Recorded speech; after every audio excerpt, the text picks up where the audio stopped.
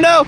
Oh no, we're getting pulled over. No. I'm just kidding. We got a banger of a video for you guys. Oh man, we've never been here before, right? Oh, we have an exciting video for you guys today. I have been desperately trying to get my hands on a new Panigale V4. Not to buy or anything, but like, shut up. There she is.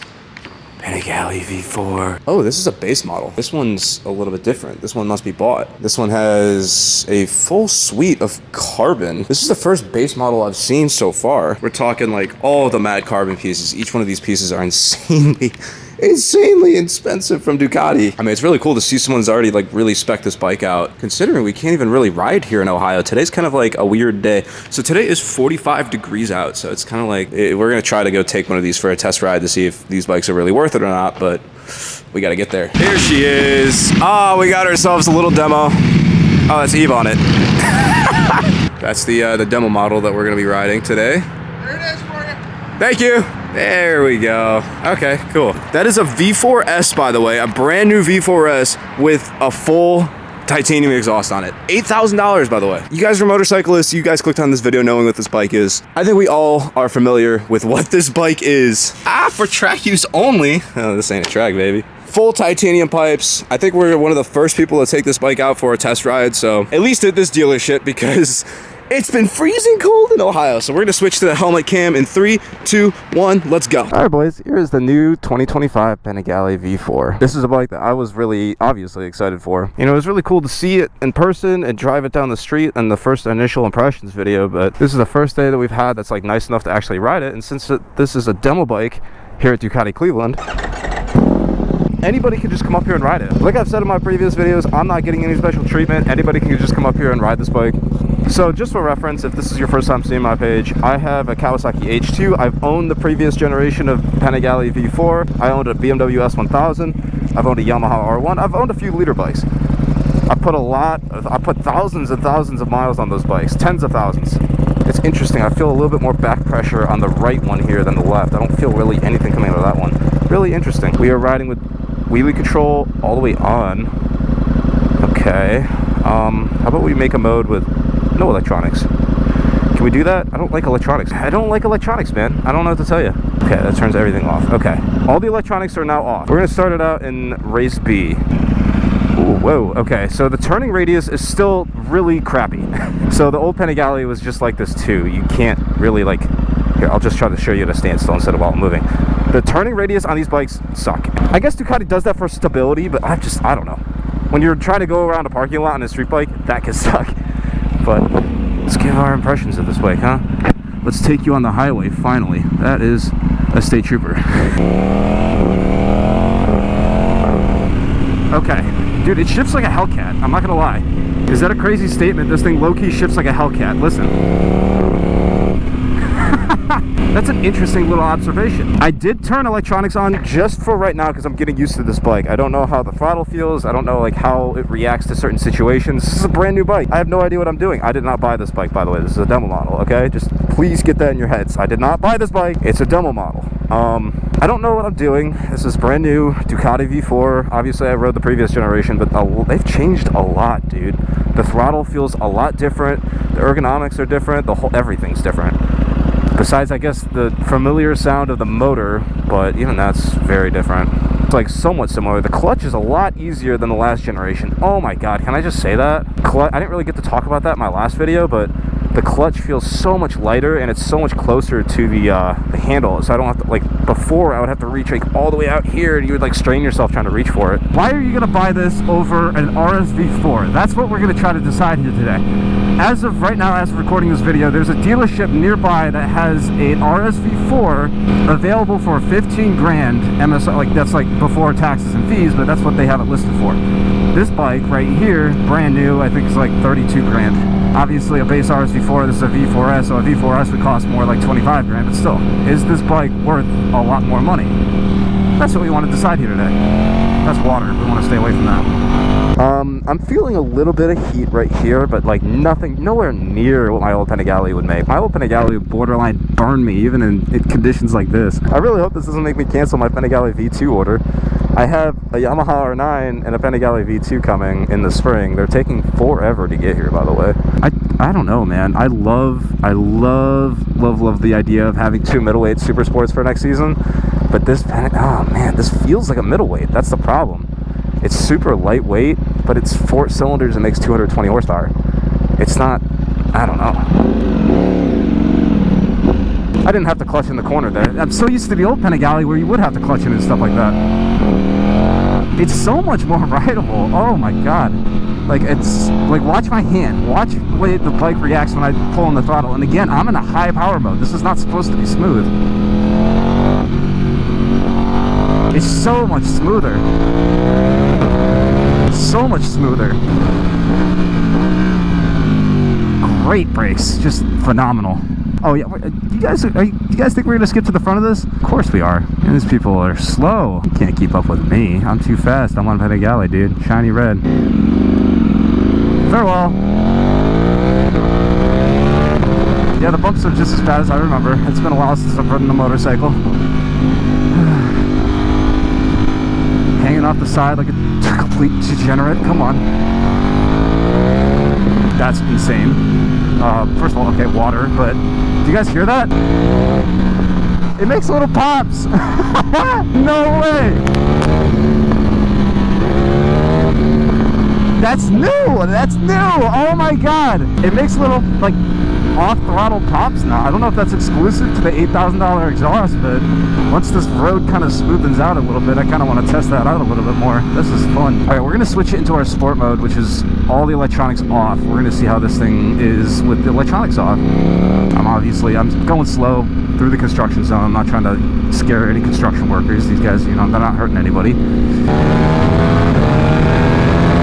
Oh god, I'm not used to going fast. I don't think it's because I mean, it's in medium power mode. I don't think it's because it's going that fast. It's just because I'm not used to it. I've been driving my truck around for a month without riding a motorcycle, and I just went full throttle on a Panigale V4 with 200 horsepower and only 400 pounds. Oh my god, I think I just saw God. I want to go for that again. Freaking wipe my nose for a second though. Damn. All right.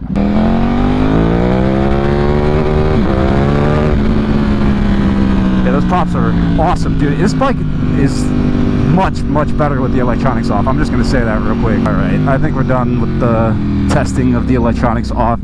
So I know I can't show you guys any of what I just did, or else I might go to jail, but basically what I just did was an electronics test of this bike with all of the electronics off. There has been moments in the past where I've bought motorcycles, and even though if you turn the electronics off, there is still some sort of interference coming through with the throttle.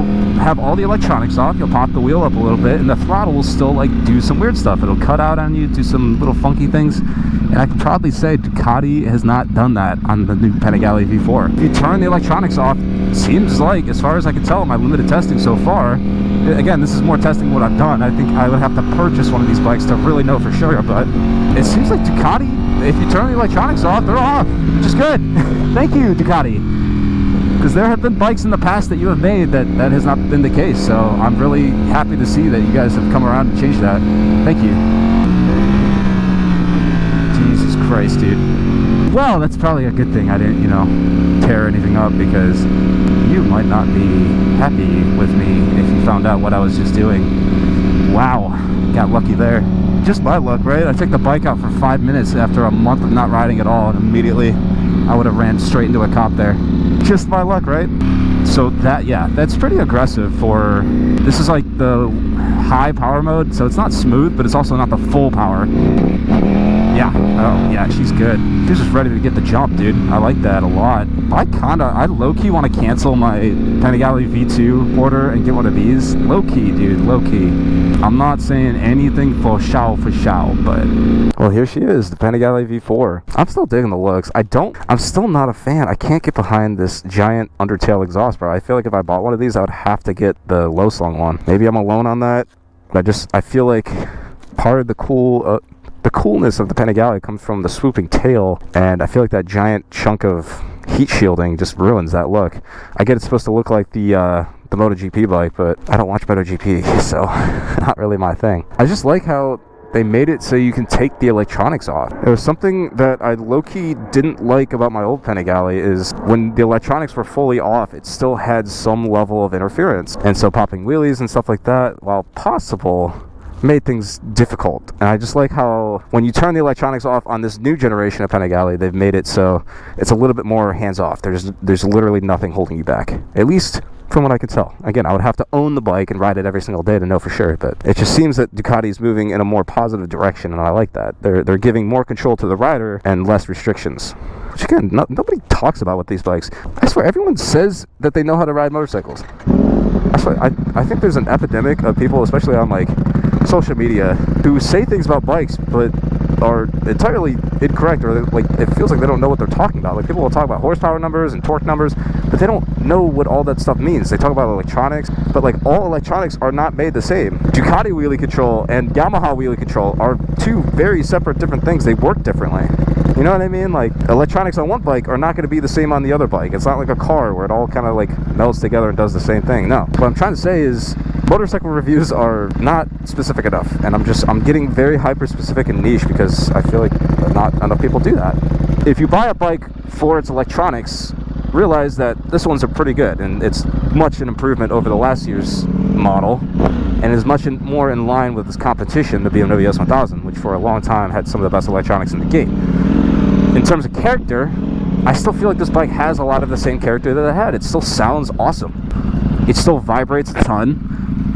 It's not like the BMW where it feels soulless. No, this has soul. It feels like Ducati took the previous generation, again with the Hellcat shift, I love that. It just feels like Ducati took last year's generation, the Panigale V4, the one that I owned, and they just took some of the spice of the BMW, some of the nice amenities, like the smoother throttle, the good electronics, and the fact that you could just turn the electronics off, which is so important on a motorcycle that you pay your own money for. I don't want to be restricted. I want free reign to do what I want with my bike. So thank you. There's that cop again. He thought he was going to catch me. I knew he'd be swinging back around, dude. I knew it. What did I say? So if I pay my own money for a bike, I want full control over it, to customize it and do what I want as I will. But my least favorite thing in the world is when you turn electronics off and they stay on. They like secretly stay on. I hate that. So good job, Ducati. Thank you for giving power back to the consumers here, to the people buying your bikes. I appreciate the fact that you guys are giving us free control to do what we want with the motorcycle that we purchase. Woohoo, felt the front wheel slip there. Okay, maybe relax a little bit. It is, still 50, or, it still is. The bike says it's 50 degrees. It's definitely not 50. It's more like 42 out here. Yeah, I'm a little cold here, but it's not undoable. It's also much better with low speeds. Like, let's slow it down to 25 miles an hour. School zone level speeds, right?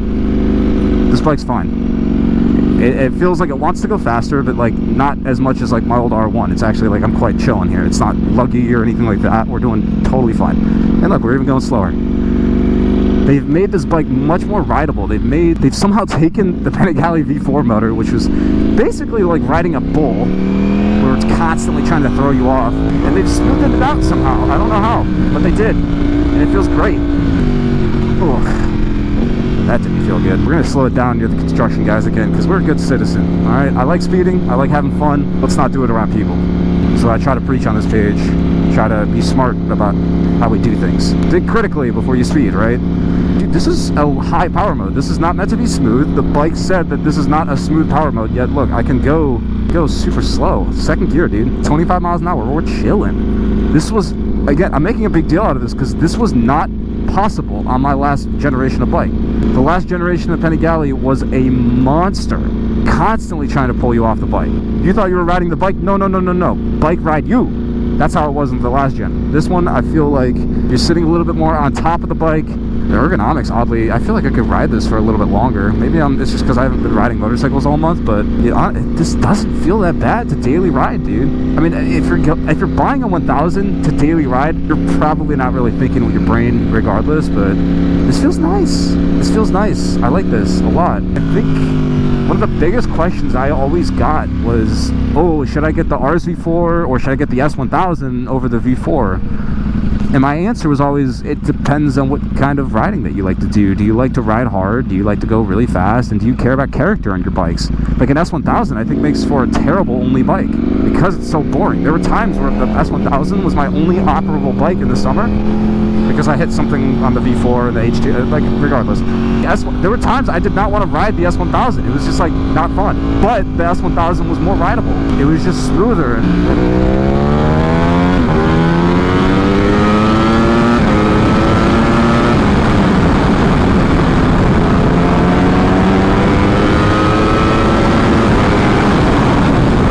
I somehow started a timer. I don't know how that happened.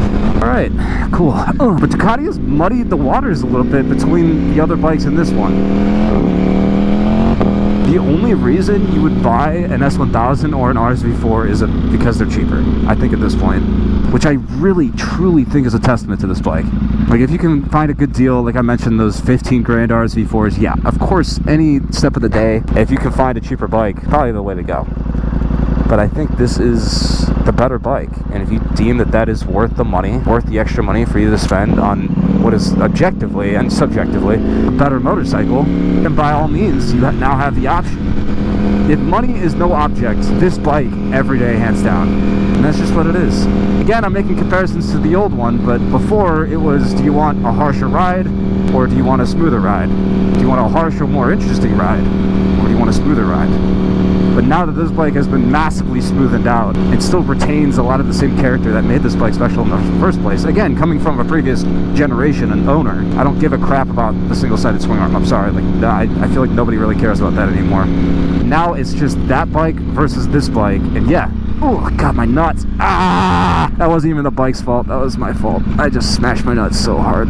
Yeah, it's now a decision of money. I could sit here and try to complain that, oh, Ducatis are too expensive, but at the end of the day, it's Ducati. They're, you know, you are paying a premium for the brand, but you're also paying a premium for what is objectively a better bike.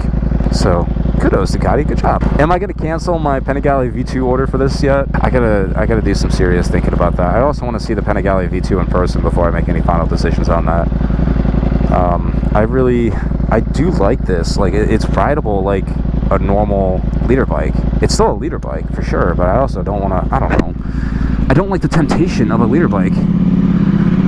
I'm trying to become a better, safer, a more positive rider. And I feel like a leader bike is just going to pull me towards the dark side again. The H2, yeah, while a leader bike, I feel like it's in a class of its own. I could take the H2 out for a little bit and kind of stretch its legs for a little bit.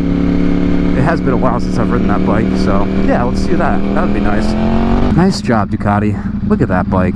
I can't get behind the undertail, dude. I get, like, why they did it. Again, MotoGP. Yeah. Of course. Herder, MotoGP, but... Alright, I'll leave this here for Ebe when he wants to take it out on his test ride. I might take my H2 out for a second, just kind of like directly compare them.